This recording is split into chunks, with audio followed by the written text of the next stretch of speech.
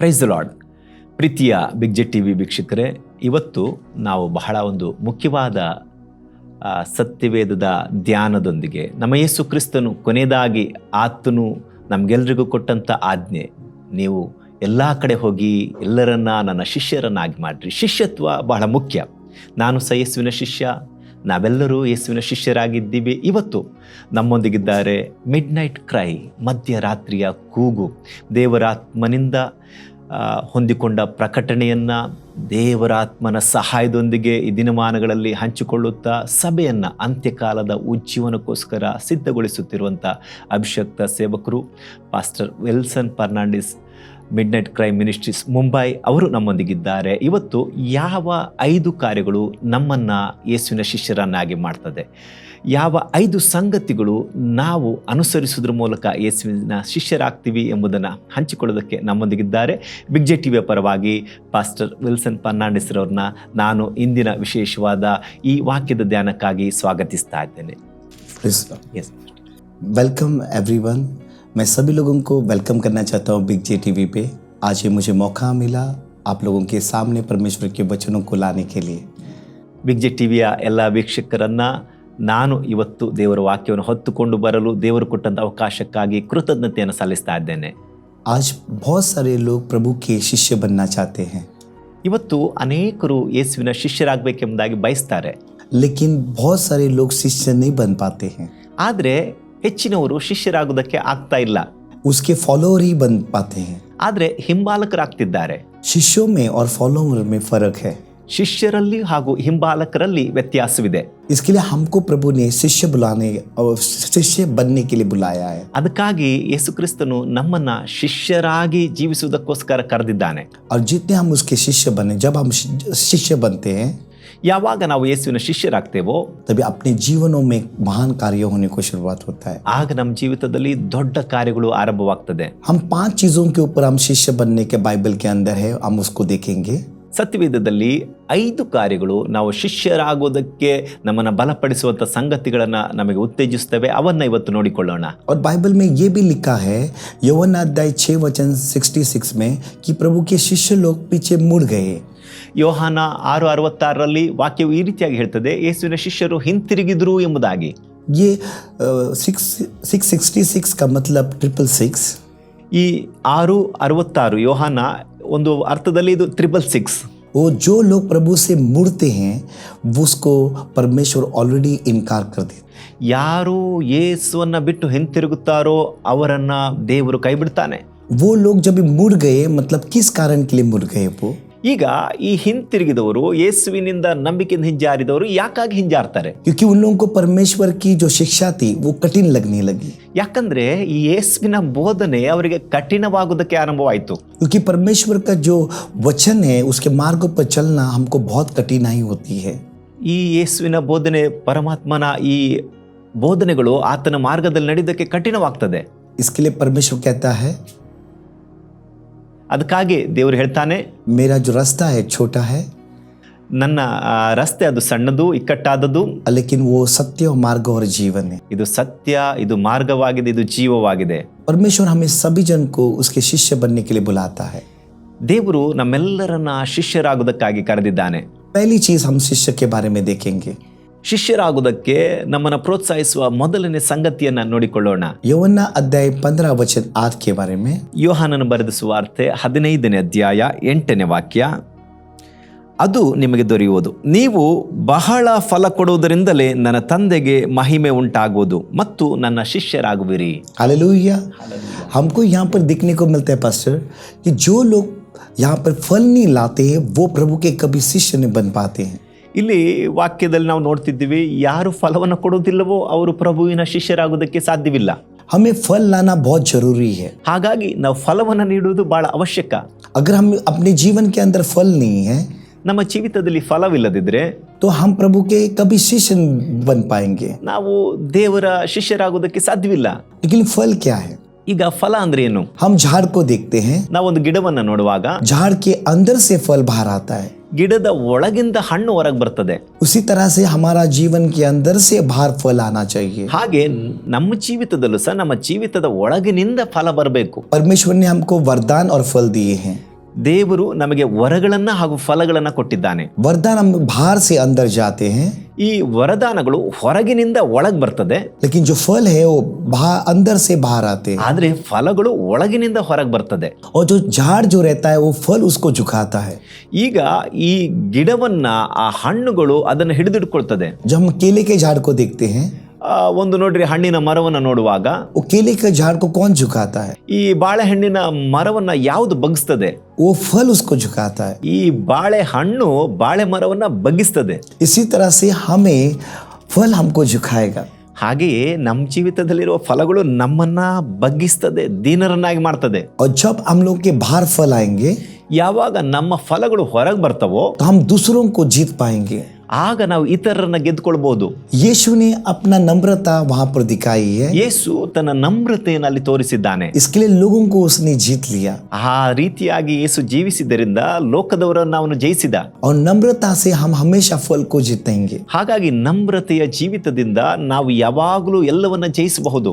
ये हमारा पहला स्टेप है. ಇದು ನಮ್ಮ ಜೀವಿತದ ಮೊದಲನೆಯ ಹೆಜ್ಜೆ. इसके लिए परमेश्वर कहता है तुम फलदायक बनो. ಅದಕ್ಕಾಗಿ ದೇವರು ಹೇಳ್ತಿದ್ದಾನೆ, ನೀವು ಫಲಭರಿತರಾಗಿರ್ರಿ. दूसरी चीज, ಎರಡನೇ ಕಾರ್ಯ, यूहन्ना अध्याय 13:35. ಯೋಹಾನನ ಬರೆದ ಸುವಾರ್ತೆ 13ನೇ ಅಧ್ಯಾಯ 35ನೇ ವಾಕ್ಯ. ನಿಮ್ಮೊಳಗೆ ಒಬ್ಬರ ಮೇಲೊಬ್ಬರು ಪ್ರೀತಿ ಇದ್ದರೆ ಎಲ್ಲರೂ ನಿಮ್ಮನ್ನು ನನ್ನ ಶಿಷ್ಯರೆಂದು ತಿಳಿದುಕೊಳ್ಳುವರು ಅಂದನು. यहाँ पर परमेश्वर कहता है ಇಲ್ಲಿ ದೇವ್ರು ಹೇಳ್ತಿದ್ದಾನೆ, एक दूसरे से प्यार करो. ಒಬ್ಬರನ್ನೊಬ್ರು ಪ್ರೀತಿ ಮಾಡ್ರಿ, एक दूसरे से प्यार करो. ಒಬ್ಬರನ್ನೊಬ್ರು ಪ್ರೀತಿ ಮಾಡ್ರಿ. अगर प्रेम नहीं है, ಪ್ರೀತಿ ಇಲ್ಲದಿದ್ರೆ, आप दूसरों से प्रेम नहीं करोगे, ನೀವು ಇತರರನ್ನ ಪ್ರೀತಿ ಮಾಡದಿದ್ರೆ, आप कभी मेरे शिष्य नहीं बनोगे. ನೀವು ಯಾವತ್ತೂ ನನ್ನ ಶಿಷ್ಯರಾಗೋದಕ್ಕೆ ಸಾಧ್ಯವಿಲ್ಲ. हम बहुत टाइम सोचते हैं कि हम वरदान के द्वारा शिष्य बनते हैं. ಅನೇಕ ಬಾರಿ ನಾವು ಯೋಚಿಸ್ತೀವಿ, ನಮ್ಮೊಳಗಿರುವ ವರಗಳ ನಿಮಿತ್ತ ನಾವು ಶಿಷ್ಯರಾಗ್ತೇವೆ हम ಎಂಬುದಾಗಿ. चंगाई देने के बाद शिष्य बनते हैं. ನಾವು ಸೌಖ್ಯತೆ ಗುಣಪಡಿಸುವುದರ ಮೂಲಕ ಶಿಷ್ಯರಾಗ್ತೇವೆ ಎಂಬುದಾಗಿ. हम शिष्य वैसे नहीं बनते. ಈ ರೀತಿಯಾಗಿ ನಾವು ಶಿಷ್ಯರಾಗುವುದಿಲ್ಲ. बाइबल के अंदर सिर्फ 5 वर्ष शिष्यों के बारे में लिखा है. ಸತ್ಯವೇದದಲ್ಲಿ ಶಿಷ್ಯರಾಗೋದಕ್ಕೆ ಇರಬೇಕಾದಂತ 5 ವಾಕ್ಯ ಭಾಗಗಳನ್ನ ಸತ್ಯವೇದ ಉಲ್ಲೇಖಿಸುತ್ತದೆ. हमें अंदर प्रेम नहीं है ನಮ್ಮೊಳಗೆ ಪ್ರೀತಿ ಇಲ್ದಿದ್ರೆ तो व्यर्थ है. ಎಲ್ಲವೂ ವ್ಯರ್ಥ. क्या फायदा है? ಏನು ಪ್ರಯೋಜನ? यहाँ पे एक स्त्री थी, ಒಬ್ಬ ಸ್ತ್ರೀ ಇದ್ಲು, उसको 10 कॉइन्स थे. ಆಕೆಯ ಬಳಿ 10 ನಾಣ್ಯಗಳಿದ್ದವು. 10 कॉइन्स थे उसके सर के ऊपर, ಆಕೆಯ ತಲೆ ಮೇಲೆ 10 ನಾಣ್ಯಗಳಿದ್ದವು. और एक कॉइन खो गया. ಒಂದು ನಾಣ್ಯವನ್ನು ಆಕೆ ಕಳೆದುಕೊಂಡ್ಲು. और वो प्रभु कहता है वो कॉइन वापस मुझे चाहिए. ಆಗ ದೇವ್ರು ಹೇಳ್ತಾನೆ, ನನಗೆ ಆ ಕಳೆದುಕೊಂಡ ನಾಣ್ಯ ಬೇಕು. अगर 10 में से एक कॉइन खो गया तो 9 बच गए हैं. ನೋಡ್ರಿ, 10ರಲ್ಲಿ 1 ಕಳೆದೋದ್ರೆ ಇನ್ನೂ 9 ಇದೆ. तो परमेश्वर ये कहता है ಈಗ ಪರಮೇಶ್ವರ್ ಹೇಳ್ತಾನೆ, तेरे पास 9 वरदान है, ಈಗ ನಿನ್ನ ಬಳಿ 9 ವರದಾನಗಳಿವೆ, लेकिन प्रेम नहीं है ಆದ್ರೆ ಪ್ರೀತಿ ಇಲ್ದಿದ್ರೆ तो सब 9 वरदान फेल है. ಈ ಎಲ್ಲ 9 ವರದಾನಗಳು ವ್ಯರ್ಥವೇ. इसके लिए परमेश्वर पहला कोरिन्थियन 13 में कहता है प्रेम सब कुछ है. ಅದಕ್ಕಾಗಿ ಮೊದಲನೇ ಕೊರಿಂಥ 13ನೇ ಅಧ್ಯಾಯದಲ್ಲಿ ದೇವರು ಹೇಳ್ತಾನೆ, ಪ್ರೀತಿ ಎಲ್ಲದಕ್ಕಿಂತ ಮುಖ್ಯ. इसके लिए वो स्त्री ने उस कॉइन को ढूंढ लिया, ಹಾಗಾಗಿ ಆ ಸ್ತ್ರೀ ಆ ನಾಣ್ಯವನ್ನ ಹುಡುಕಿಕೊಂಡ್ಲು, क्योंकि प्रेम को ढूंढ लिया. ಪ್ರೀತಿಯನ್ನ ಹುಡುಕಿಕೊಂಡಳು. और प्रेम ढूंढने के बाद उसके सारे वरदान काम में आए. ಆಕೆ ಪ್ರೀತಿಯನ್ನು ಹುಡುಕಿಕೊಂಡ ನಂತರ ಆಕೆ ಉಳಿದ ಎಲ್ಲ ವರಗಳು ಪ್ರಯೋಜನಕ್ಕೆ ಬಂದವು. इसके लिए परमेश्वर कहता है आज ಹಾಗಾಗಿ ಇವತ್ತು ದೇವರು ಹೇಳ್ತಿದ್ದಾನೆ, आपके पास वरदान है, ನಿಮ್ಮ ಬಳಿ ವರಗಳಿವೆ, आप सब आशीषित हो, ನೀವು ಆಶೀರ್ವದಿಸಲ್ಪಟ್ಟಿದ್ದೀರಿ. लेकिन प्रेम नहीं है, ಪ್ರೀತಿ ಇಲ್ದಿದ್ರೆ सब व्यर्थ है, ಎಲ್ಲವೂ ವ್ಯರ್ಥ, सब व्यर्थ. ಎಲ್ಲವೂ ವ್ಯರ್ಥ. इसके लिए परमेश्वर यूहन्ना 3:15 कहता है, ಹಾಗಾಗಿ ಯೋಹಾನ 3:15ರಲ್ಲಿ ದೇವರು ಹೇಳ್ತಾನೆ, जो भी कोई विश्वास करे उसको अनंत काल का जीवन मिलेगा. ಯಾರೆಲ್ಲ ನನ್ನ ಮೇಲೆ ನಂಬಿಕೆ ಇಡ್ತಾರೋ ಅವರಿಗೆ ನಿತ್ಯ ಜೀವ ಸಿಗ್ತದೆ. लेकिन पहला यूहन्ना 3:15 ये कहता है, ಅದೇ ರೀತಿಯಾಗಿ ಮೊದಲನೇ ಯೋಹಾನನಿಗೆ ಬರೆದ ಪತ್ರಿಕೆ 3ನೇ ಅಧ್ಯಾಯ 15ನೇ ವಾಕ್ಯ ಹೇಳ್ತದೆ, एक ही ऑथर है. ಒಬ್ಬನೇ ಬರಗಾರ ಯೋಹಾನನೇ. हाँ, लेकिन परमेश्वर इस तरह से पहला यूहन्ना 3:15 ये कहता है, जो भी कोई अपने भाई से बैर रखता है वो हत्यारा है, और हत्यारा के जीवन में कोई अनंत काल का जीवन नहीं है. ಯಾರಾದರೂ ತನ್ನ ಸಹೋದರನ ನಿಂದಿಸಿದ್ರೆ, ದೂಷಿಸಿದ್ರೆ ಅದು ಆತನು ಕೊಲೆಗಾರನಾಗ್ತಾನೆ. ಯಾವ ಕೊಲೆಗಾರನಿಗೆ ನಿತ್ಯ ಜೀವ ಇಲ್ಲ ಎಂಬುದಾಗಿ 1 ಯೋಹಾನ 3:15 ಹೇಳ್ತದೆ. इसके लिए परमेश्वर कहता है, ಹಾಗಾಗಿ ದೇವರು ಹೇಳ್ತಿದ್ದಾನೆ, तेरा प्रेम सब कुछ है. ನಿನ್ನ ಪ್ರೀತಿ ಬಹಳ ಮುಖ್ಯವಾದದ್ದು. यीशु ने हमसे प्यार किया, ಯೇಸು ನಮ್ಮನ್ನ ಪ್ರೀತಿ ಮಾಡಿದ್ದಾನೆ, परमेश्वर ने हमसे प्यार किया. ದೇವರು ನಮ್ಮನ್ನ ಪ್ರೀತಿ ಮಾಡಿದ್ದಾನೆ. अगर परमेश्वर और पिता यीशु का हम लोग के अंदर प्यार है, ದೇವರ ಯೇಸುವಿನ ಪ್ರೀತಿ ನಮ್ಮೊಳಗಿರುವುದಾದ್ರೆ, पवित्र आत्मा हम लोग के साथ है, ಪವಿತ್ರಾತ್ಮನು ನಮ್ಮೊಳಗಿರುವುದಾದ್ರೆ तो हम भी दूसरों को प्यार करेंगे। ನಾವು ಸಹಿತರನ್ನ ಪ್ರೀತಿಸ್ತೇವೆ. अगर यीशु हम लोग के साथ है, ಯೇಸು ನಮ್ಮ ಸಂಗಡ ಇರುವುದಾದ್ರೆ, हम लोग के अंदर है, ನಮ್ಮೊಳಗಿರುವುದಾದ್ರೆ तो हम प्यार करेंगे, ನಾವು ಪ್ರೀತಿ ಮಾಡೋಣ. तो ही हम उसके शिष्य कहलाएंगे। ಆಗವೇ ನಾವು ಯೇಸುವಿನ ಶಿಷ್ಯರಾಗ್ತೇವೆ. हम पहली चीज देखा, ನಾವು ಮೊದಲನೇ ಕಾರ್ಯ ನೋಡಿದ್ವಿ, फल नहीं है ಫಲ ಇಲ್ಲದಿದ್ದರೆ तो हम शिष्य नहीं बन सकते। ನಾವು ಶಿಷ್ಯರಾಗುವುದಕ್ಕೆ ಸಾಧ್ಯವಿಲ್ಲ. अगर हम लोग के अंदर प्रेम नहीं है ನಮ್ಮೊಳಗೆ ಪ್ರೀತಿ ಇಲ್ಲದಿದ್ದರೆ तो हम शिष्य नहीं बन ನಾವು सकते। ಯೇಸುವಿನ ಶಿಷ್ಯರಾಗುವುದಕ್ಕೆ ಸಾಧ್ಯವಿಲ್ಲ. इसके लिए मैं आपको कहना चाहता हूँ, ನಿಮ್ಮೆಲ್ಲರ ಬಳಿ ನಾನು ಹೇಳ್ತೇನೆ, कृपया करके ದಯಮಾಡಿ अपने माँ बाप से, ನಿಮ್ಮ ತಂದೆ ತಾಯಿಯನ್ನ, अपने बच्चों से, ನಿಮ್ಮ ಮಕ್ಕಳನ್ನ, अपने रिश्तेदारों से, ನಿಮ್ಮ ಸಂಬಂಧಿಕರನ್ನ, अपने पड़ोसी से, ನಿಮ್ಮ ಸಹೋದ್ಯೋಗಿಗಳನ್ನ, अपने कलिशा के लोगों से ನಿಮ್ಮ ಸಭಿಕರನ್ನ हमें प्रेम करना है, ನಾವು ಪ್ರೀತಿಸಬೇಕು. हमें प्रेम करना ನಾವು है, ಪ್ರೀತಿಸಬೇಕು. तो ही आप शिष्य कहलाओगे, ಆಗ ಮಾತ್ರ ನಾವು ಯೇಸುವಿನ ಶಿಷ್ಯರಾಗುವುದಕ್ಕೆ ಸಾಧ್ಯ. तो ही आप शिष्य कहलाओगे। ಆಗವೇ ನಮ್ಮನ್ನ ಯೇಸುವಿನ ಶಿಷ್ಯರು ಎಂಬುದಕ್ಕೆ ಸಾಧ್ಯ. नहीं तो आप आत्मा में भरोगे ಆಗ ನೀವು ಆತ್ಮದಲ್ಲಿ ಬೆಳೆಯುತ್ತೀರಿ, लेकिन शिष्य नहीं कहलाओगे। ನೀವು ಶಿಷ್ಯರು ಎಂಬುದಾಗಿ ಕರೆಸಿಕೊಳ್ಳೋದಕ್ಕೆ ಸಾಧ್ಯವಾಗುವುದಿಲ್ಲ. शिष्य के लिए आपको प्रेम रहना बहुत जरूरी है। ಹಾಗಿರುವುದರಿಂದ ನಾವು ಶಿಷ್ಯರು ಎಂದಿಸಿಕೊಳ್ಳುವಾಗ ಪ್ರೀತಿ ಅತ್ಯವಶ್ಯಕ. हम तीसरे चीज को हम देखते हैं, ಮೂರನೇ ಕಾರ್ಯವನ್ನು ನೋಡಿಕೊಳ್ಳೋಣ. यूहन्ना अध्याय 8 वचन 31। ಯೋಹಾನನು ಬರೆದ ಸುವಾರ್ತೆ 8ನೇ ಅಧ್ಯಾಯ 31ನೇ ವಾಕ್ಯ. ಆಗ ಯೇಸು ತನ್ನನ್ನು ನಂಬಿದ ಯೆಹೂದ್ಯರಿಗೆ, ನೀವು ನನ್ನ ವಾಕ್ಯದಲ್ಲಿ ನೆಲೆಗೊಂಡವರಾದರೆ ನಿಜವಾಗಿ ನನ್ನ ಶಿಷ್ಯರಾಗಿದ್ದು ಸತ್ಯವನ್ನ ತಿಳಿದುಕೊಳ್ಳುವಿರಿ ಮತ್ತು ಸತ್ಯವು ನಿಮ್ಮನ್ನ ಬಿಡುಗಡೆ ಮಾಡುವುದು. हालेलुया। ಹಾಲೆಲೂಯಾ. जो वचन में बने रहेंगे ಯಾರು ವಾಕ್ಯದಲ್ಲಿ ನೆಲೆಗೊಂಡಿರ್ತಾರೋ वही शिष्य कहलाएंगे। ಅವರು ಮಾತ್ರ ಶಿಷ್ಯರಾಗುವುದಕ್ಕೆ ಸಾಧ್ಯ. हम बहुत टाइम वचन में बने नहीं रहते, ಅನೇಕ ಬಾರಿ ವಾಕ್ಯದಲ್ಲಿ ನೆಲೆಗೊಂಡಿರುವುದಿಲ್ಲ. हमको ऐसा लगता कि वचन कुछ भी नहीं है, ಅನೇಕ ಬಾರಿ ಯೋಚಿಸ್ತೀವಿ ವಾಕ್ಯದಿಂದ ಏನೂ ಆಗಲ್ಲ, हम सिर्फ आराधना करते हैं, ಕೇವಲ ಆರಾಧನೆ ಮಾಡ್ತೀವಿ, हम आराधना करते हैं, ನಾವು ಆರಾಧನೆ ಮಾಡ್ತೀವಿ, लेकिन वचन को हम ध्यान नहीं देते। ವಾಕ್ಯಕ್ಕೆ ಆದ್ಯತೆ ಕೊಡಲ್ಲ. बाइबल कहती है ಸತ್ಯವೇದ ಹೇಳ್ತದೆ, आकाश और पृथ्वी टल जाएगा ಆಕಾಶ ಭೂಮಿ ಅಳಿದು ಹೋದ್ರು, लेकिन मेरा वचन नहीं टलेगा। ನನ್ನ ವಾಕ್ಯ ಅಳಿದು ಹೋಗುವುದಿಲ್ಲ. मैं आपको एक रेवलेशन कहना चाहता हूँ। ಒಂದು ಆತ್ಮಿಕ ಪ್ರಕಟಣೆ ನಿಮ್ಮ ಬಳಿ ಹಂಚಿಕೊಳ್ತೇನೆ. पवित्र आत्मा ने यीशु को रेगिस्तान में लेके गया ಪವಿತ್ರಾತ್ಮನು ಯೇಸುವನ್ನ ಈ ಅಡವಿ ಸ್ಥಾನಕ್ಕೆ ಕರೆದುಕೊಂಡು ಹೋದ. और 40 दिन पवित्र आत्मा उसके साथ था। 40 ದಿವಸ ಪವಿತ್ರಾತ್ಮನು ಯೇಸುವಿನೊಂದಿಗೆ ಇದ್ದ. लेकिन जब उसको रेगिस्तान से बाहर आना है, ಆ ಅಡವಿ ಸ್ಥಾನದಿಂದ ಯೇಸು ಹೊರಗೆ ಬರಬೇಕಾದ್ರೆ उसने शैतान को वचनों से हरा कर बाहर आ गया। ಸೈತಾನನನ್ನ ದೇವರ ವಾಕ್ಯದಿಂದ ಯೇಸು ಸೋಲಿಸಿ ಆ ಅಡವಿಯ ಅನುಭವದಿಂದ ಹೊರಗೆ ಬರಬೇಕಾಗಿತ್ತು. देखो, आपको अंदर जाने के लिए आत्मा आपको लेके जाएगा, ಹೌದು, ಒಳಗಡೆ ನಿಮ್ಮನ್ನ ಪವಿತ್ರಾತ್ಮನು ಕರೆದುಕೊಂಡು ಹೋಗ್ತಾನೆ. लेकिन बाहर आने के लिए ಆದ್ರೆ ಹೊರಗಡೆ ಬರುವುದಕ್ಕೆ आपको वचन की जरूरत है। ನಿಮಗೆ ದೇವರ ವಾಕ್ಯದ ತಿಳುವಳಿಕೆ ಅವಶ್ಯಕ. हालेलुया। ಹಾಲೆಲೂಯಾ. इसकी चर्च का जो शुरुआत हुई है आत्मा के द्वारा, ಹಾಗಾಗಿ ಸಭೆಯ ಆರಂಭ ಪವಿತ್ರಾತ್ಮನಿಂದ ಉಂಟಾಯಿತು. आज परमेश्वर का आत्मा सबके ऊपर है, ಇವತ್ತು ಪವಿತ್ರಾತ್ಮನು ಎಲ್ಲರ ಮೇಲಿದ್ದಾನೆ. लेकिन वचन में बहुत सारे प्रॉब्लम्स होते हैं। ಆದ್ರೆ ದೇವರ ವಾಕ್ಯದ ವಿಚಾರದಲ್ಲಿ ಅನೇಕ ವ್ಯತ್ಯಾಸಗಳನ್ನು ಕಾಣ್ತೇವೆ. इसके लिए इन दिनों में हमको वचन में बने रहना बहुत इंपॉर्टेंट है। ಹಾಗಾಗಿ ಈ ದಿನಮಾನಗಳಲ್ಲಿ ವಾಕ್ಯದಲ್ಲಿ ನಾವು ನೆಲೆಗೊಂಡಿರುವುದು ಬಹಳ ಅವಶ್ಯಕ.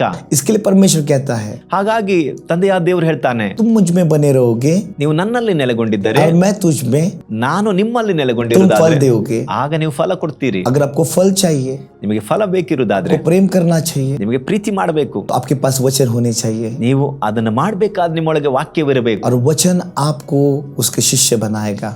ಆತನ ವಾಕ್ಯವು ಆತನ ಶಿಷ್ಯರನ್ನಾಗಿ ನಿಮ್ಮನ್ನ ಮಾಡುತ್ತದೆ. इसके लिए यीशु प्रभु अपने यहूदियों को कह रहा था, ಹಾಗಾಗಿ ಯೆಹೂದ್ಯರಿಗೆ ಯೇಸು ಸ್ವಾಮಿ ಹೇಳ್ತಿದ್ದಾನೆ, तुम वचन में बने रहो, ನೀವು ವಾಕ್ಯದಲ್ಲಿ ನೆಲೆಗೊಂಡಿರ್ರಿ, तुम मेरे शिष्य कहलाओगे। ಆಗ ನೀವು ಶಿಷ್ಯರಾಗ್ತೀರಿ. तुम शिष्य कहलाओगे। ಆಗ ನೀವು ಶಿಷ್ಯರಾಗ್ತೀರಿ. हमें शिष्य बनना है, ನಾವು ಶಿಷ್ಯರಾಗಬೇಕು. हमें वचन पढ़ना है, ನಾವು ವಾಕ್ಯವನ್ನು ಕಲಿಯಬೇಕು, हम वचन के अनुसार चलना है। ವಾಕ್ಯಕ್ಕನುಸಾರ ಜೀವಿಸಬೇಕು. जब हम वचन के अनुसार चलते हैं ಯಾವಾಗ ವಾಕ್ಯದ ಅನುಸಾರ ಜೀವಿಸ್ತೇವೋ तो हम लोग के जीवनों में बहुत सारे कार्य होने को शुरुआत ಆಗ होती है। ನಮ್ಮ ಜೀವಿತದಲ್ಲಿ ಬಹಳ ದೊಡ್ಡ ಕಾರ್ಯಗಳು ನಡೀತದೆ. हालेलुया। ಹಾಲೆಲೂಯಾ. सब जन इस समय इन दिनों में ये 3 चीज को याद रखो। ಇವತ್ತು ಈ 3 ಸಂಗತಿಗಳನ್ನು ದಯಮಾಡಿ ಜ್ಞಾಪಕದಲ್ಲಿ ಇಟ್ಕೊಳ್ರಿ. पहला है फल, ಮೊದಲನೇದು ಫಲ, दूसरा है प्रेम, ಎರಡನೇದು ಪ್ರೀತಿ, तीसरा है वचन। ಮೂರನೇದು ದೇವರ ವಾಕ್ಯ. हम चौथे चीज में जाएंगे। ನಾಲ್ಕನೇ ಕಾರ್ಯವನ್ನು ನೋಡಿಕೊಳ್ಳೋಣ. लूका अध्याय 14 वचन 26। ಲೂಕನ ಬರೆದ ಸುವಾರ್ತೆ 14ನೇ ಅಧ್ಯಾಯ 26ನೇ ವಾಕ್ಯವನ್ನು ನಾವು ನೋಡಿಕೊಳ್ಳೋಣ. ಯಾವನಾದರೂ ನನ್ನ ಬಳಿಗೆ ಬಂದು ನನ್ನ ತಂದೆ ತಾಯಿ, ಹೆಂಡತಿ ಮಕ್ಕಳು, ಅಣ್ಣ ತಮ್ಮಂದಿರು, ಅಕ್ಕ ತಂಗಿಯರು ಇವರನ್ನು ತನ್ನ ಪ್ರಾಣವನ್ನು ಸಹ ಹಗೆ ಮಾಡದಿದ್ದರೆ ಅವನು ನನ್ನ ಶಿಷ್ಯನಾಗಿರಲಾರನು. हालेलुया। ಹಾಲೆಲೂಯಾ. आपके माता पिता को, ನಿನ್ನ ತಂದೆ ತಾಯಿಯನ್ನ, आपके भाई बहन को, ನಿನ್ನ ಸಹೋದರ ಸಹೋದರಿಯನ್ನ, आपकी पत्नी को भी, ನಿನ್ನ ಪತ್ನಿಯನ್ನು ಕೂಡ, आपके बच्चों को भी, ನಿನ್ನ ಮಕ್ಕಳನ್ನು ಕೂಡ जो इनकार करता है ನೀನು ತಿರಸ್ಕರಿಸುವಂತ ಸಂದರ್ಭ ಬರಬಹುದು. और मेरे पीछे आएगा, ಹಾಗೆ ಮಾಡಿ ನೀನು ಬರುವುದಾದ್ರೆ वही मेरा शिष्य बनेगा। ಅವರು ಮಾತ್ರ ನನ್ನ ಶಿಷ್ಯನಾಗ್ತಾನೆ ಎಂಬುದಾಗಿ ಇಲ್ಲಿ ದೇವರು ವಾಕ್ಯ ಹೇಳ್ತದೆ. परमेश्वर ने ऐसा क्यों लिखा? ಯಾಕೆ ಇಲ್ಲಿ ದೇವರು ಈ ರೀತಿ ಬರೆಸಿದ್ದಾನೆ? परमेश्वर कहता है सबसे प्यार करो, ಎಲ್ಲರನ್ನ ಪ್ರೀತಿಸಿ ಎಂಬುದಾಗಿ ದೇವರು ಹೇಳಿದ್ದಾನೆ. और परमेश्वर कहता है प्यार करने के बाद परमेश्वर बोलता है कि इन लोगों को आपको इनकार भी करना पड़ेगा। ಪ್ರೀತಿ ಮಾಡಬೇಕು ಎಂಬುದಾಗಿ ಹೇಳುವ ದೇವರು ಅವರನ್ನು ನೀನು ತಳ್ಳಿ ಬಿಡಬೇಕು, ಅವ್ರನ್ನ ಮರಿಬೇಕು ಎಂಬುದಾಗಿ ಇಲ್ಲಿ ಹೇಳ್ತಿದ್ದಾನೆ. हम बहुत टाइम क्या करते हैं, ಅನೇಕ ಬಾರಿ ನಾವೇನ್ ಮಾಡ್ತೇವೆ, जो प्रभु का स्थान है अपने परिवार को देते हैं। ದೇವರಿಗೆ ಕೊಡುವ ಸ್ಥಾನವನ್ನ ನಮ್ಮ ಕುಟುಂಬಕ್ಕೆ ಕೊಡ್ತೀವಿ. कभी कभी हम चर्च को नहीं आते ಕೆಲವು ಬಾರಿ ನಾವು ಸಭೆಗೆ ಬರಲ್ಲ. और तभी हम कहते हैं मेरी पत्नी भी बीमार थी, ಆಗ ನಾವು ಹೇಳ್ತೀವಿ ನನ್ನ ಪತ್ನಿಗೆ ಆರೋಗ್ಯ ಸರಿ ಇರಲಿಲ್ಲ, इसके लिए मैं आ नहीं पाया, ಹಾಗಾಗಿ ನನಗೆ ಬರಕ್ ಆಗ್ಲಿಲ್ಲ, क्योंकि मैं उसको देखभाल करता था। ಹಾಗಾಗಿ ನಾನು ಪತ್ನಿಯನ್ನ ನೋಡ್ಕೊಳ್ತಿದ್ದೆ. मैं आपको कहना चाहता हूँ ನಿಮಗೆ ನಾನು ಹೇಳ್ತೀನಿ, जो पहला स्थान है ಮೊದಲನೆಯ ಸ್ಥಾನ वो परमेश्वर को देते हो। ಅದು ನಮ್ಮ ಜೀವಿತದಲ್ಲಿ ದೇವರಿಗೆ. हम बहुत टाइम हम प्रभु को स्थान देने से हम दूसरे स्थान हम देते, दूसरों को स्थान देते हैं। ಅನೇಕ ಬಾರಿ ನಮ್ಮ ಜೀವಿತದಲ್ಲಿ ದೇವರಿಗೆ ಮೊದಲನೇ ಸ್ಥಾನದ ಬದಲು ನಾವು ಬೇರೆಯವರಿಗೆ ಕೊಡ್ತೇವೆ. परमेश्वर कहता है ದೇವರು ಹೇಳ್ತಿದ್ದಾನೆ, तेरा पहला उठा ನಿನ್ನ ಮೊದಲನೇ ಪ್ರೀತಿ वो मेरा है, ಅದು ನನ್ನದು, तेरा पहला फल ನಿನ್ನ ಮೊದಲನೇ ಫಲ वो मेरा है। ಅದು ನನಗೆ. तुम कलीशा पहला फल है, ಸಭೆ ಮೊದಲನೇ ಫಲ, कलीशा पहलोटा है, ಆ, ಸಭೆಯು ಅದು ಮೊದಲನೆಯ ಒಂದು ಫಲವಾಗಿದೆ. इसके लिए परमेश्वर कहता है वो मेरा है। ಹಾಗಾಗಿ ದೇವರು ಮೊದಲನೆಯದನ್ನ ನನ್ನದು ಎಂಬುದಾಗಿ ಹೇಳ್ತಾನೆ, ಚೊಚ್ಚಲದ್ದು. इसके लिए परमेश्वर ने मिस्र में पहलोट को पहला बचाया। ಹಾಗಾಗಿ ನಾವು ಐಗುಪ್ತ ದೇಶದಲ್ಲಿ ನೋಡುವಾಗ ಚೊಚ್ಚಲ ಮಕ್ಕಳನ್ನ ಅಲ್ಲಿ ದೇವರು ಕಾಪಾಡಿದ. उन लोग ने लहू को लगाया, ಅಲ್ಲಿ ತನ್ನ ರಕ್ತವನ್ನು ಕೊಟ್ಟ, उन लोग को पहलोट को बचाया, ಚೊಚ್ಚಲ ಮಕ್ಕಳನ್ನ ಕಾಪಾಡಿದ. और मिस्र में सारे पहलोटे मर गए, ಅಲ್ಲಿ ನೋಡ್ರಿ, ಅಲ್ಲಿ ಐಗುಪ್ತದಲ್ಲಿ ಉಳಿದ ಎಲ್ಲ ಮಕ್ಕಳು ಸತ್ತು ಹೋದ್ರು. लेकिन परमेश्वर के लोग वहां पे जो लहू लगाया था वो नहीं मर गए। ಆದರೆ ಯಾವ ಬಾಗಿಲಿಗೆ ಅಲ್ಲಿ ಯಜ್ಞದ ಕುರಿಯ ರಕ್ತವು, ಆ ಒಂದು ಪಸ್ಕದ ಕುರಿಯ ರಕ್ತವು ಹಚ್ಚಿತ್ತು, ಆ ಮಕ್ಕಳು, ಚೊಚ್ಚಲ ಮಕ್ಕಳು ಬದುಕಿದ್ರು. इसके लिए परमेश्वर कहता है ಹಾಗಾಗಿ ದೇವರು ಹೇಳ್ತಾನೆ, उस दिन अगर मूसा अपने घर पे लहू नहीं लगाता था, ಅವತ್ತು ಮೋಶೆಯ ಮನೆಯ ಬಾಗಿಲಿಗೆ ಆ ಪಸ್ಕದ ಕುರಿಯ ರಕ್ತ ಹಚ್ಚದಿದ್ರೆ तो मूसा नहीं मरता था, ಮೋಶೆ ಸಾಯ್ತಿರ್ಲಿಲ್ಲ, एरोन मरता था, ಆರೋನನು ಸಾಯ್ತಿದ್ದ. क्योंकि एरोन पहलोटा था। ಯಾಕಂದ್ರೆ ಆರೋನನು ಅಲ್ಲಿ ಚೊಚ್ಚಲ ಮಗನಾಗಿದ್ದ. इसके लिए परमेश्वर पहले पहलोटे को बचाता है, ಹಾಗಾಗಿ ಇಲ್ಲಿ ಮೊದಲು ದೇವರು ಚೊಚ್ಚಲ ಮಗನನ್ನ ಬದುಕಿಸ್ತಾನೆ. और लाल समुद्र उसने सारे लोगों को बचाया। ಕೆಂಪು ಸಮುದ್ರ ಎಲ್ಲರನ್ನ ಬದುಕಿಸ್ತದೆ. इसके लिए परमेश्वर कहता है मैं पहला मेरी कलीशा को बचाऊंगा, ಹಾಗಾಗಿ ಇಲ್ಲಿ ದೇವರು ಹೇಳ್ತಾನೆ, ಮೊದಲು ನನ್ನ ಸಭೆಯನ್ನ ಕಾಪಾಡ್ತೀನಿ, बाद में मैं सारे संसार के लोगों को बचाऊंगा। ನಂತರ ಇಡೀ ನಿಮ್ಮ ಕುಟುಂಬವನ್ನ ಕಾಪಾಡ್ತೀನಿ. इसके लिए रैप्चर है, ಹಾಗಾಗಿ ರ್ಯಾಪ್ಚರ್ ಇದೆ, इसके लिए सेकंड कमिंग है। ಹಾಗಾಗಿ ಎರಡನೇ ಬರೋಣವಿದೆ. तो पहला स्थान किसको देना चाहिए? ಹಾಗಾಗಿ ಇಲ್ಲಿ ಮೊದಲನೇ ಸ್ಥಾನ ಯಾರಿಗೆ? हमें परमेश्वर को देना चाहिए। ದೇವರಿಗೆ ಮೊದಲನೇ ಸ್ಥಾನ. अगर मैं परमेश्वर का जो मैं सबसे ज्यादा, मैं परमेश्वर से ज्यादा मैं माता पिता से प्रेम करता हूँ, ದೇವರಿಗಿಂತ ಅಧಿಕವಾಗಿ ನಾನು ತಂದೆ ತಾಯಿಗಳನ್ನ ಪ್ರೀತಿಸುವುದಾದ್ರೆ, अपने बच्चों से प्रेम करता हूँ, ಮಕ್ಕಳನ್ನ ಪ್ರೀತಿಸುವುದಾದ್ರೆ, अपने पत्नी से प्रेम करता हूँ, ಪತ್ನಿಯನ್ನ ಪ್ರೀತಿಸುವುದಾದ್ರೆ, आपसे पति से प्रेम करता हूँ, ಪತಿಯನ್ನ ಪ್ರೀತಿಸುವುದಾದ್ರೆ, तो तुम शिष्य नहीं कहलाओगे, ನೀವು ಶಿಷ್ಯರು ಅನ್ನಿಸಿಕೊಳ್ಳೋದಕ್ಕೆ तुम ಸಾಧ್ಯವಿಲ್ಲ. शिक्षक नहीं कहलाओगे। ಶಿಷ್ಯರಾಗೋದಕ್ಕೆ ಅರ್ಹರಾಗೋದಿಲ್ಲ. आप सबसे प्रेम ಎಲ್ಲದಕ್ಕಿಂತ ಮೊದಲನೇ ಪ್ರೀತಿ परमेश्वर से करना है। ನಾವು ದೇವರಿಗೆ ಸಲ್ಲಿಸಬೇಕು. हम वापस गिनते हैं, ನಾವು ತಿರುಗಿ ನೋಡ್ತೇವೆ. पहला क्या चाहिए? ಮೊದಲು ಏನ್ ಬೇಕು? फल। ಫಲ ಬೇಕು. दूसरा क्या चाहिए? ಎರಡನೇದು ಏನ್ ಬೇಕು? हम एक दूसरे से प्रेम। ನಾವು ಇತರರನ್ನ ಪ್ರೀತಿಸಬೇಕು. तीसरा हमें क्या चाहिए? ಮೂರನೇದು ಏನ್ ಬೇಕು? प्रभु का वचन। ದೇವರ ವಾಕ್ಯ ನಮಗೆ ಬೇಕು. चौथा क्या चाहिए? ನಾಲ್ಕನೇದು ಏನ್ ಬೇಕು? अपने पूरे लोगों से सबसे ज्यादा प्रेम हम परमेश्वर से करना चाहिए। ಎಲ್ಲಕ್ಕಿಂತ ಅಧಿಕವಾದ ಮೊದಲನೆಯ ಪ್ರೀತಿ ದೇವರಿಗೆ. हालेलुया। ಹಾಲೆಲೂಯಾ. अब मैं लगता है ये चारों चीजों से आप समझ जाए, ಈ ನಾಲ್ಕು ಕಾರ್ಯಗಳು ನೀವು ಅರ್ಥ ಮಾಡಿಕೊಂಡಾಗ हम पांचवी चीज पे जाते हैं। ಐದನೇ ಕಾರ್ಯಕ್ಕೆ ನಾವು ಹೋಗೋಣ. और यहाँ पर परमेश्वर कुछ कहना चाहता है। ಇಲ್ಲಿ ದೇವರು ಏನೋ ಒಂದು ಸಂಗತಿಯನ್ನು ಹೇಳೋದಕ್ಕೆ ಬಯಸ್ತಾನೆ. हम जाएंगे लूका 14:27। ಲೂಕನು ಬರೆದ ಸುವಾರ್ತೆ 14ನೇ ಅಧ್ಯಾಯ 27ನೇ ವಾಕ್ಯ. ಯಾವನಾದರೂ ತನ್ನ ಶಿಲುಬೆಯನ್ನು ಹೊತ್ತುಕೊಂಡು ನನ್ನ ಹಿಂದೆ ಬಂದ ಹೊರತು ಅವನು ನನ್ನ ಶಿಷ್ಯನಾಗಿರಲಾರನು. हालेलुया। जो कोई अपना क्रूस को उठाए, ಯಾರು ತಮ್ಮ ಶಿಲುಬೆಯನ್ನು ಹೊತ್ಕೊಂಡು ಬರ್ತಾರೋ वही मेरा शिष्य कहलाएगा। ಅವರು ಮಾತ್ರ ನನ್ನ ಶಿಷ್ಯರಾಗೋದಕ್ಕೆ ಸಾಧ್ಯ. मैं बहुत टाइम सोच रहा था ये क्रूस कहाँ से आया। ನಾನು ಅನೇಕ ಬಾರಿ ಯೋಚಿಸಿದ್ದೆ, ಈ ಶಿಲುಬೆ ಎಲ್ಲಿಂದ ಬಂತು, हम जो बहुत टाइम सोचते हैं ये क्रूस कहाँ से आया, ಈ ಶಿಲುಬೆ ಎಲ್ಲಿಂದ ಬಂತು ಎಂಬುದಾಗಿ ನಾವು ಯೋಚಿಸ್ತೀವಿ. मेरा क्रूस कैसे हो सकता है। ಇದು ನನ್ನ ಶಿಲುಬೆ ಹೇಗಾಗ್ತದೆ, यीशु ने अपना क्रूस को उठाया, ಯೇಸು ತನ್ನ ಶಿಲುಬೆಯನ್ನು ಹೊತ್ಕೊಂಡ, ये मेरा क्रूस कैसे आया। ಈಗ ನನ್ನ ಶಿಲುಬೆ ಎಲ್ಲಿಂದ ಬರ್ತದೆ. मैं कुछ दिखाना चाहता हूँ। ನಾನು ಇಲ್ಲಿ ಕೆಲವು ಕಾರ್ಯಗಳನ್ನು ತೋರಿಸ್ತೀನಿ. ये जो प्रकाशन है, ಈ ಒಂದು ಪ್ರಕಟಣೆ परमेश्वर ने मुझे बताया ದೇವರು ನನಗೆ ಕಲಿಸಿಕೊಟ್ಟ. ये क्रूस कहाँ से आया। ಈ ಶಿಲುಬೆ ಎಲ್ಲಿಂದ ಬಂತು. हम उसके पहले मार्कुस अध्याय 8:24 को पढ़ते हैं। ಮಾರ್ಕನ ಬರೆದ ಸುವಾರ್ತೆ 8ನೇ ಅಧ್ಯಾಯ 24ನೇ ವಾಕ್ಯವನ್ನ ನಾವು ಇದಕ್ಕಿಂತ ಮೊದಲು ನಾವು ನೋಡಿಕೊಳ್ಳೋಣ. वहां पर परमेश्वर एक अंधे व्यक्ति को चंगाई देता है ಇಲ್ಲಿ ಒಬ್ಬ ಕುರುಡನಿಗೆ ದೇವರು ಸೌಖ್ಯತೆಯನ್ನು ಕೊಡ್ತಾನೆ. और वो कुछ देखता है, ಈ ಕುರುಡನು ಏನೋ ಒಂದು ನೋಡ್ತಾನೆ. उसको दो बार हाथ लगाता है। ಈ ಕುರುಡನಿಗೆ 2 ಬಾರಿ ದೇವರು ಮುಟ್ಟಬೇಕಾಗ್ತದೆ. हम उसको पढ़ते हैं। ನಾವು ಅದನ್ನು ಓದೋಣ. ಅವನು ತಲೆ ಎತ್ತಿ ನೋಡಿ, ನನಗೆ ಜನರು ಕಾಣುತ್ತಾರೆ, ಅವರು ಮರಗಳಂತೆ ಕಾಣಿಸಿದರು, ತಿರುಗಾಡುತ್ತಾ ಇದ್ದಾರೆ ಅಂದನು. हालेलुया। उसने क्या देखा। ಈ ವ್ಯಕ್ತಿ ಕುರುಡನು ಏನ್ ಕಾಣ್ತಾನೆ. जब उसको हाथ लगाने के बाद उसको सारे मनुष्य झाड़ के समान दिखने लगे। ಯೇಸು ಆತನ ಕಣ್ಣನ್ನು ಮುಟ್ಟಿದ ನಂತರ ಮನುಷ್ಯರೆಲ್ಲರೂ ಮರಗಳಾಗಿ ಆತನಿಗೆ ಕಂಡ್ರು. वो सारे चलते झाड़ दिखने लगे। ನಡೀತಿರೋ ಮರಗಳನ್ನ ಈತನು ಕಂಡ. मतलब परमेश्वर कुछ तो वो हाथ लगाने के द्वारा मतलब हर एक मनुष्य के अंदर कुछ झाड़ है। ಇಲ್ಲಿ ದೇವರು ಒಬ್ಬ ವ್ಯಕ್ತಿಯನ್ನು ಮುಟ್ಟುವಾಗ ಪ್ರತಿಯೊಬ್ಬನ ಒಳಗೆ ಏನೋ ಒಂದು ಮರ ಇದೆ.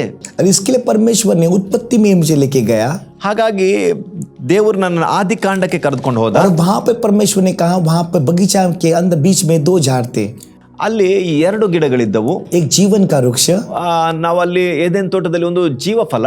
और जीवन फलन के बारे में हम प्रकाशित वाक्य में हमको मिलता है, उसके बारे में लिखा है और भी अलग अलग जगह पे हमको मिलता है। ಆ ಜೀವಫಲ ವೃಕ್ಷದ ಕುರಿತು ಪ್ರಕಟಣೆ ಪುಸ್ತಕದಲ್ಲೂ ಅನೇಕ ಭಾಗಗಳು ನಾವು ಕಾಣ್ತೇವೆ. लेकिन हमको अच्छे और बुरे का झाड़ का फल का झाड़ के बारे में कभी नहीं हमको दिखने को मिलता है। ಆದ್ರೆ ಒಳ್ಳೆದರ ಕೆಟ್ಟದರ ಹರಿವನ್ನು ಹುಟ್ಟಿಸುವ ಮರದ ಬಗ್ಗೆ ಬೇರೆ ಎಲ್ಲೂ ಕಾಣೋದಿಲ್ಲ. लेकिन वो झाड़ गया किधर। ಈಗ ಆ ಮರ ಎಲ್ಲಿ ಹೋಯ್ತು. अगर आदम और हवा ने वो झाड़ जो फल को खा लिया, ಆದಾಮ ಹವ್ವಳು ಆ ಹಣ್ಣನ್ನು ತಿಂದಿರುವುದಾದ್ರೆ वो झाड़ गया किधर। ಈಗ ಗಿಡ ಮರ ಎಲ್ಲಿ ಹೋಯ್ತು. क्या परमेश्वर ने वो झाड़ को नष्ट किया। ಆ ಮರವನ್ನ ದೇವರು ನಾಶ ಮಾಡಿದ್ನ. नहीं। ಇಲ್ಲ. जब आदम और हवा ने फल खाया, ಆದಾಮ ಹವ್ವಳು ಹಣ್ಣನ್ನು ತಿಂದಾಗ वो बीज के साथ खाया ಹಣ್ಣಿನ ಬೀಜವನ್ನು ಸಮೇತ ಅವರು ತಿಂದ್ರು. और जो वो झाड़ जो था ಆ ಗಿಡವು वो हम लोग के अंदर आया। ಅದೀಗ ನಮ್ಮೊಳಗೆ ಹುಟ್ಟಿಬಿಟ್ಟಿದೆ, वो हम लोग के अंदर आया। ನಮ್ಮೊಳಗೆ ಬೆಳೆದು ಬಿಟ್ಟಿದೆ. इसके लिए आज देखो संसार में जो इंसान है वो थोड़ा कुछ अच्छा है और थोड़ा बुरा है। ಹಾಗಾಗಿ ನೋಡ್ರಿ, ಸಮಾಜದಲ್ಲಿ ನಾವು ಮನುಷ್ಯರು ನೋಡುವಾಗ ಅವರೊಳಗೆ ಒಳ್ಳೇದು ಇರ್ತದೆ, ಕೆಟ್ಟದ್ದು ಇರ್ತದೆ. लेकिन प्रभु यीशु कलवरी क्रूस पे मरा। ಕರ್ತನಾದ ಯೇಸು ಕಲ್ವಾರಿಲಿ ಪ್ರಾಣವನ್ನು ಕೊಟ್ಟ. ऐसा क्यों कहता है कि यीशु प्रभु कलवरी क्रूस पे एक झाड़ के ऊपर मरा। ಯಾಕಾಗಿ ಯೇಸು ಕಲ್ವಾರಿ ಕ್ರೂಜಲ್ಲಿ ಒಂದು ಮರದ ಮೇಲೆ ಪ್ರಾಣ ಕೊಟ್ಟ. गलातियर अध्याय 3 ಗಲಾತ್ಯರಿಗೆ ಬರೆದ ಪತ್ರಿಕೆ 3ನೇ ಅಧ್ಯಾಯ 13ನೇ ವಾಕ್ಯ. ಅಬ್ರಹಾಮನಿಗೆ ಉಂಟಾದ ಆಶೀರ್ವಾದವು ಕ್ರಿಸ್ತ ಯೇಸುವಿನಲ್ಲಿ ಅನ್ಯ ಜನರಿಗೆ ಉಂಟಾಗುವಂತೆಯೂ ದೇವರು ವಾಗ್ದಾನ ಮಾಡಿದ ಆತ್ಮನು ನಮಗೆ ನಂಬಿಕೆಯ ಮೂಲಕ ದೊರಕುವಂತೆಯೂ ಕ್ರಿಸ್ತನು ನಮ್ಮ ನಿಮಿತ್ತ ಶಾಪವಾಗಿ ಧರ್ಮಶಾಸ್ತ್ರದಲ್ಲಿ ಹೇಳಿರುವ ಶಾಪದೊಳಗಿಂದ ನಮ್ಮನ್ನು ಬಿಡಿಸಿದನು. ಮರಕ್ಕೆ ತೂಗು ಹಾಕಲ್ಪಟ್ಟ ಪ್ರತಿಯೊಬ್ಬನು ಶಾಪಗ್ರಸ್ತನು ಎಂದು ಶಾಸ್ತ್ರದಲ್ಲಿ ಬರೆದಿದೆಯಲ್ಲ. मतलब प्रभु कहाँ पे मरा। ಇಲ್ಲಿ ದೇವರು ಎಲ್ಲಿ ಪ್ರಾಣವನ್ನು ಕೊಟ್ಟ. वो झाड़ के ऊपर मरा, ಮರದ ಮೇಲೆ. वो शापित ಅದು ಶಾಪಗ್ರಸ್ತನಾದ. तब परमेश्वर जब कलवरी क्रूस पे मर रहा था, ಇಲ್ಲಿ ದೇವರು ಕಲ್ವಾರಿ ಶಿಲ್ಬೆ ಮೇಲೆ ಪ್ರಾಣವನ್ನು ಕೊಡುವಾಗ वो एक झाड़ था, ಅದೊಂದು ಮರವಾಗಿತ್ತು. वो एक झाड़ था। ಅದೊಂದು ಮರವಾಗಿತ್ತು. इसके लिए परमेश्वर कहता है ಅದಕ್ಕಾಗಿ ದೇವರು ಹೇಳ್ತಾನೆ, मैंने मेरे क्रूस को उठाया। ನಾನು ನನ್ನ ಶಿಲುಬೆಯನ್ನು ಹೊತ್ತುಕೊಂಡೆ. मतलब जितने भी संसार का पाप उस झाड़ के द्वारा आया था, ಯಾವೆಲ್ಲ ಪಾಪಗಳು ಆ ಮರದ ನಿಮಿತ್ತ ಮನುಷ್ಯನಿಗೆ ಬಂದಿತ್ತು, उसने वो सारा क्रूस अपने कंधे के ऊपर उठाया। ಆ ಎಲ್ಲ ಭಾರವನ್ನ ತನ್ನ ಭುಜದ ಮೇಲೆ ಆತನು ಶಿಲುಬೆಯ ರೂಪದಲ್ಲಿ ಹೊತ್ತುಕೊಂಡ. इसके लिए परमेश्वर कहता है, ಹಾಗಾಗಿ ದೇವರು ಹೇಳ್ತಾನೆ, इसके लिए परमेश्वर कहता है, ಹಾಗಾಗಿ ದೇವರು ಹೇಳ್ತಾನೆ, जब तुम मुझे स्वीकार करती हो, ನೀನು ನನ್ನನ್ನು ಅಂಗೀಕರಿಸುವಾಗ जो आपके अंदर झाड़ है, ಆಗ ನಿನ್ನೊಳಗಿರುವ ಮರ वो क्रूस बनता है, ಅದು ಶಿಲುಬೆಯಾಗಿ ಮಾರ್ಪಡ್ತದೆ, वो क्रूस बनता है। ಅದು ಶಿಲುಬೆ ಆಗ್ತದೆ. इसके लिए परमेश्वर कहता है, ಹಾಗಾಗಿ ದೇವರು ಹೇಳ್ತಾನೆ, जो अपना क्रूस को उठाएगा ಯಾರು ತಮ್ಮ ಶಿಲುಬೆಯನ್ನು ಹೊತ್ಕೊಳ್ತಾರೋ और मेरे पीछे चलेगा, ಅವ್ರು ನನ್ನ ಹಿಂದೆ ಬರುವಾಗ वही मेरा शिष्य कहलाएगा। ಅಂತವರು ಮಾತ್ರ ನನ್ನ ಶಿಷ್ಯರಾಗುವುದಕ್ಕೆ ಸಾಧ್ಯ. हम लोग ने 5 चीजों को देखा। ಇವತ್ತು ನಾವು 5 ಕಾರ್ಯಗಳನ್ನು ನೋಡಿದ್ದೇವೆ. बाइबल के अंदर और कोई नहीं है वो शिष्य बनने के लिए। ಸತ್ಯವೇದದ ಒಳಗೆ ನಾವು ಹುಡುಕುವಾಗ ಇವುಗಳನ್ನು ಬಿಟ್ಟು ಶಿಷ್ಯರಾಗುವುದಕ್ಕೆ ಬೇರೆ ವಾಕ್ಯ ಭಾಗಗಳ ಹಿನ್ನೆಲೆ ಇಲ್ಲ, और कोई वचन नहीं है। ಯಾವ ಹಿನ್ನೆಲೆಗಳಿಲ್ಲ. आपने चिन्ह चमत्कार किए तो आप शिष्य नहीं बनते। ನೀವು ಅದ್ಭುತ ಸೂಚಕಗಳನ್ನ ಮಾಡಿದ್ರೆ ಯೇಸುವಿನ ಶಿಷ್ಯರಾಗಲ್ಲ. आपको शिष्य बनना है, ನೀವು ಶಿಷ್ಯರಾಗಬೇಕಾ? आपको फल देना ನೀವು पड़ेगा, ಫಲವನ್ನ ಕೊಡಬೇಕು, आपको प्रेम करना ನೀವು पड़ेगा, ಪ್ರೀತಿ ಮಾಡಬೇಕು, आपको वचन में बने रहना पड़ेगा। ವಾಕ್ಯದಲ್ಲಿ ನೆಲೆಗೊಂಡಿರಬೇಕು. सब इनकार करके आपको परमेश्वर से प्रेम करना पड़ेगा। ಎಲ್ಲದಕ್ಕಿಂತ ಅಧಿಕವಾಗಿ ದೇವರನ್ನ ಪ್ರೀತಿಸಬೇಕು. और आखिरी में ಕೊನೆಯದಾಗಿ अपना क्रूस को उठाकर प्रभु यीशु के पास आपको चलना ನಿಮ್ಮ पड़ेगा। ಶಿಲುಬೆಯನ್ನು ನೀವೇ ಹೊತ್ತುಕೊಂಡು ಯೇಸುವನ್ನು ये ಹಿಂಬಾಲಿಸಬೇಕು. क्रूस क्या है? ಈ ಶಿಲುಬೆ ಏನು? ये सफरिंग है, ಈ ಬಾಧೆಯಾಗಿದೆ, कठिनाई है। ಕಠಿಣವಾದ ಅನುಭವಗಳಾಗಿದೆ. इसके लिए यीशु ने कहा, ಅದಕ್ಕಾಗಿ ಯೇಸು ಹೇಳಿದ, जो मेरा मार्ग है ನನ್ನ ಮಾರ್ಗವು वो छोटा है। ಅದು ಇಕ್ಕಟ್ಟಾದ ಮಾರ್ಗ. अगर हमको शिष्य बनना है, ನಮಗೆ ಶಿಷ್ಯರಾಗಬೇಕಾ? ये 5 चीजें हम लोगों के अंदर होनी ಈ चाहिए, 5 ಕಾರ್ಯಗಳು ನಮ್ಮೊಳಗಿರಬೇಕು. तो ही हम उसके शिष्य बनाएंगे। ಆಗ ಮಾತ್ರವೇ ನಮ್ಮನ್ನ ಯೇಸುವಿನ ಶಿಷ್ಯರು ಅನ್ನೋದಕ್ಕೆ ಸಾಧ್ಯ. नहीं तो हम उसके फॉलोअर बन के रह जाएंगे। ಇಲ್ಲದೆ ಹೋದ್ರೆ ಕೇವಲ ಯೇಸುವಿನ ಹಿಂಬಾಲಕರಾಗಿರ್ತೀವಿ. फॉलोअर लोगों ने चंगाई पाई, ಹಿಂಬಾಲಕರಿಗೆ ಸಹ ಅದ್ಭುತ ಸಿಗ್ತದೆ. चमत्कार की रोटी खाई, ಅದ್ಭುತದ ರೊಟ್ಟಿಯನ್ನು ಅವ್ರು ತಿಂದ್ರು, हर एक चीज यीशु के साथ किया, ಎಲ್ಲವನ್ನ ಯೇಸುವಿನೊಟ್ಟಿಗೆ ಅವ್ರು ಮಾಡಿದ್ರು. लेकिन शिष्य नहीं बन पाए। ಅವರು ಶಿಷ್ಯರಾಗ್ಲಿಲ್ಲ. शिष्य जो बन पाए, ಶಿಷ್ಯರಾದವರು जो उसके साथ बने रहे, ಅವರು ಯೇಸುವಿನೊಂದಿಗೆ ಇದ್ದವರು, जिसने अपने परिवार को छोड़ा, ಅವರು ತಮ್ಮ ಕುಟುಂಬವನ್ನು ಬಿಟ್ರು, जो जो जो हर एक चीज उसके मार्ग में किया, ಅವರು ಎಲ್ಲವನ್ನ ಅವರು ಯೇಸುಗಾಗಿ ಮಾಡಿದ್ರು. और उसके वचनों के साथ वो चले। ಅವರು ದೇವರ ಯೇಸುವಿನ ವಾಕ್ಯದೊಂದಿಗೆ ನಡೆದ್ರು. यीशु जाने के बाद स्वर्ग में ಯೇಸು ಸ್ವರ್ಗಾರೋಹಣ ಆದ ನಂತರ उसने वो चीजें की जो प्रभु यीशु ने की। ಯೇಸು ಏನನ್ನ ಮಾಡಿದನು ಅದನ್ನ ಆತನ ಶಿಷ್ಯರು ಮಾಡಿದ್ರು. हमें वही चीज करना है। ನಾವು ಅದನ್ನ ಮಾಡಬೇಕಾದವರು. आज आइए हम प्रार्थना करें। ಇವತ್ತು ನಾವೆಲ್ಲರೂ ಪ್ರಾರ್ಥಿಸೋಣ. हम प्रार्थना करें कि आप लोगों के जीवन में आप शिष्य बनने के लिए प्रभु आपको सहायता करे। ಇವತ್ತು ದೇವರಾತ್ಮನು ತಾನೆ ನೀವೆಲ್ಲರೂ ಯೇಸುವಿನ ಶಿಷ್ಯರಾಗುವಂತೆ ನಿಮ್ಮನ್ನ ಮಾರ್ಪಡಿಸಲಿ. जब तुम शिष्य बनोगे, ನೀವು ಶಿಷ್ಯರಾದಾಗ ಮಾತ್ರ प्रभु आपके ऊपर प्रकट हो जाएगा, ಆಗ ಮಾತ್ರವೇ ದೇವರು ತನ್ನನ್ನು ನಿಮ್ಮಲ್ಲಿ ಪ್ರಕಟಿಸಿಕೊಳ್ಳಕ್ಕೆ आपको ಸಾಧ್ಯ. सहायता कर जाएगा। ಆಗ ನಿಮಗೆ ಸಹಾಯ ಮಾಡ್ತಾನೆ. बहुत टाइम हमको ये फील होता है, ಅನೇಕ ಬಾರಿ ನಾವು ಭಾವಿಸ್ತೇವೆ, हमको लगता है कि मैं कैसे प्रभु को प्लीज कर सकूं। ಹೇಗೆ ನಾನು ದೇವರನ್ನ ಮೆಚ್ಚಿಸ್ಲಿ? तो प्रभु कहता है, ದೇವರು ಹೇಳ್ತಿದ್ದಾನೆ, तुम मुझे ये 5 चीजें कर, ಈ 5 ಕಾರ್ಯಗಳು ನನಗಾಗಿ ನೀನು ಮಾಡು, आप शिष्य बनोगे। ನೀನು ನನ್ನ ಶಿಷ್ಯನಾಗ್ತೀಯಾ. थोड़े लोगों को लगता है कि पास्टर बनने से ही हम शिष्य बनते हैं, ಅನೇಕರು ಯೋಚಿಸ್ತಾರೆ, ನಾನು ಪಾಸ್ಟರ್ ಆದ್ರೆ ಮಾತ್ರ ಶಿಷ್ಯನಾಗ್ತೀನಿ, हम प्रॉफिट बनने से ही शिष्य बनते हैं, ಪ್ರವಾದಿ ಆದ್ರೆ ಮಾತ್ರ ನಾನು ಶಿಷ್ಯನಾಗಿರ್ತೇನೆ, हम इवेंजलिस्ट बनने से ही शिष्य बनते हैं, ಸ್ವಾರ್ಥಿಕನಾಗಿದ್ರೆ ಮಾತ್ರ ಶಿಷ್ಯನಾಗ್ತೇನೆ, हम चिन्ह चमत्कार के द्वारा ही शिष्य बनते हैं। ಅದ್ಭುತ ಸೌಖ್ಯತೆಗಳು ಹೊರ ಇದ್ರೆ ಮಾತ್ರ ये ಶಿಷ್ಯನಾಗಿರ್ತೇನೆ. 5 चीज किया, ಈ 5 ಸಂಗತಿಗಳನ್ನ ಬಿಟ್ಟು आप शिष्य बन चुके हैं। ನೀವು ಶಿಷ್ಯರಾಗಿರುವುದಾದ್ರೆ इसके लिए प्रभु कहता है, ದೇವರು ನಿಮ್ಗೆ ಹೇಳ್ತಿದ್ದಾನೆ, मेरे शिष्य बनो। ನನ್ನ ಶಿಷ್ಯರಾಗ್ರಿ. वो आपसे फल चाहता है, ಆತನು ನಿಮ್ಮಿಂದ ಫಲವನ್ನು ಎದುರು ನೋಡ್ತಾನೆ. वो आपको वचन में बने रहने के लिए दे। ಆತನ ವಾಕ್ಯದಲ್ಲಿ ನೀವು ನೆಲೆಗೊಂಡಿರ್ಬೇಕೆಂಬುದಾಗಿ एक ಬಯಸ್ತಾನೆ. दूसरे से प्रेम करो करना। ನಾವು ಇತರರನ್ನ ಪ್ರೀತಿಸಬೇಕು. और वो कहता है, ಆತನು ಹೇಳ್ತಾನೆ, अपना क्रूस को लेके आप आगे ನಮ್ಮ चलिए। ಶಿಲುಬೆಯನ್ನು ನಾವು ಹೊತ್ತುಕೊಂಡು ಮುಂದೆ ನಡೆಯಬೇಕು. आइए हम आपके लिए प्रार्थना करें। ನಾನು ನಿಮಗಾಗಿ ಪ್ರಾರ್ಥಿಸ್ತೇನೆ. प्रभु हम धन्यवाद करते हैं, ತಂದೆ, ನಿನ್ನನ್ನು ವಂದಿಸ್ತೇನೆ. जो वचन सुन रहे हैं ದೇವರೇ, ವಾಕ್ಯವನ್ನು ಕೇಳಿಸಿಕೊಳ್ತಿರೋ ಈ ಪ್ರಿಯರು, उन लोगों के जीवनों में तू कार्य कर। ಇವರ ಜೀವಿತದಲ್ಲಿ ನೀನು ಕಾರ್ಯವನ್ನ ಮಾಡು. आज बहुत लोग प्रभु ದೇವರೇ, ಇಂದು ಅನೇಕರು तेरे शिष्य नहीं बन पाए, ನಿನ್ನ ಶಿಷ್ಯರಾಗೋದಕ್ಕೆ ಅವ್ರಿಗೆ ಕಷ್ಟವಾಗ್ತಿದೆ. ये वचन के द्वारा प्रभु वो शिष्य बन जाए। ದೇವರೇ, ಈ ವಾಕ್ಯಗಳನ್ನ ಕೇಳಿಸಿಕೊಂಡು ಇವರು ನಿನ್ನ ಶಿಷ್ಯರಾಗ್ಲಿ. उन लोगों के जीवनों में तू कार्य कर। ದೇವರೇ, ಇವರ ಜೀವಿತದಲ್ಲಿ ಕಾರ್ಯವನ್ನ ಮಾಡು. और प्रभु हम प्रार्थना करते हैं, ದೇವರೇ, ನಾವು ಪ್ರಾರ್ಥಿಸ್ತೇವೆ. आज किसी ना किसी कोई ना कोई प्रभु क्षमा मांगेगा, ದೇವರೇ, ಇವತ್ತು ಇಲ್ಲಿ ಕುಳಿತಿರುವ ಯಾರಾದ್ರೂ ಒಂದು ಕ್ಷಮಾಪಣೆಯನ್ನು ಕೇಳಿ ಪ್ರಾರ್ಥಿಸುವಾಗ वो कहेगा मेरे अंदर फल नहीं है, ಅವ್ರು ಹೇಳ್ತಿರಬಹುದು, ನನ್ನ ಒಳಗೆ ಫಲವಿಲ್ಲ ಎಂಬುದಾಗಿ, मेरे अंदर प्रेम नहीं है, ನನ್ನೊಳಗೆ ಪ್ರೀತಿ ಇಲ್ಲ, मेरे अंदर वचन नहीं है, ನನ್ನೊಳಗೆ ವಾಕ್ಯವಿಲ್ಲ, मैं परमेश्वर को पहला स्थान नहीं दे रहा हूँ, ನನ್ನ ದೇವರಿಗೆ ನಾನು ಮೊದಲನೇ ಸ್ಥಾನ ಕೊಡ್ತಾ ಇಲ್ಲ, और ना मैं मेरा क्रूस को लेके मैं चलता ನನ್ನ हूँ। ಶಿಲುಬೆಯನ್ನು ಹೊತ್ತುಕೊಂಡು ನಡೆಯುತ್ತಿಲ್ಲ. प्रभु कहता है हर दिन मेरा क्रूस उठाकर चलो। ದೇವರು ಹೇಳಿದ್ದಾನೆ, ಪ್ರತಿನಿತ್ಯ ನಿನ್ನ ಶಿಲುಬೆಯನ್ನು ಹೊತ್ತುಕೊಂಡು ನಡೆ. ये 5 चीजें आप करोगे, ಈ 5 ಕಾರ್ಯಗಳು ನೀನು ಮಾಡುವುದಾದ್ರೆ आप उसके शिष्य कहलाओगे। ನೀವು ಆತನ ಶಿಷ್ಯರು ಎಂಬ ಕರೆಸಿಕೊಳ್ತೀರಾ. इस समय पे प्रभु जो लोग प्रभु पश्चाताप कर रहे हैं, ಯಾರೆಲ್ಲ ನೀವು ವಾಕ್ಯಗಳ ಕೇಳಿಸಿಕೊಂಡು ಪಶ್ಚಾತ್ತಾಪ ಪಡುತ್ತಿದ್ದೀರೋ, उन लोगों के जीवनों में तू कार्य कर। ಇವರ ಜೀವಿತದಲ್ಲಿ ದೇವರು ಕಾರ್ಯ ಮಾಡ್ತಾನೆ. और प्रभु इसी क्षण प्रभु आप लोगों को छू लेना। ತಂದೆಯೇ, ಇದೇ ಕ್ಷಣದಲ್ಲಿ ಈ ರೀತಿ ಪಶ್ಚಾತ್ತಾಪ ಪಡುವ ನೀನು ಮುಟ್ಟು ಸ್ವಾಮಿ. उन लोगों के जीवनों में तू कार्य करना। ಅವರ ಜೀವಿತದಲ್ಲಿ ಕಾರ್ಯವನ್ನು ಮಾಡು. यीशु नाज़रेत के नाम से, ನಜರೇತಿನ ಯೇಸು ಕ್ರಿಸ್ತನ ನಾಮದಲ್ಲಿ, यीशु नाज़रेत के नाम से, ನಜರೇತಿನ ಯೇಸು ಕ್ರಿಸ್ತನ ನಾಮದಲ್ಲಿ. Amen. Amen. Thank you pastor. Thank you.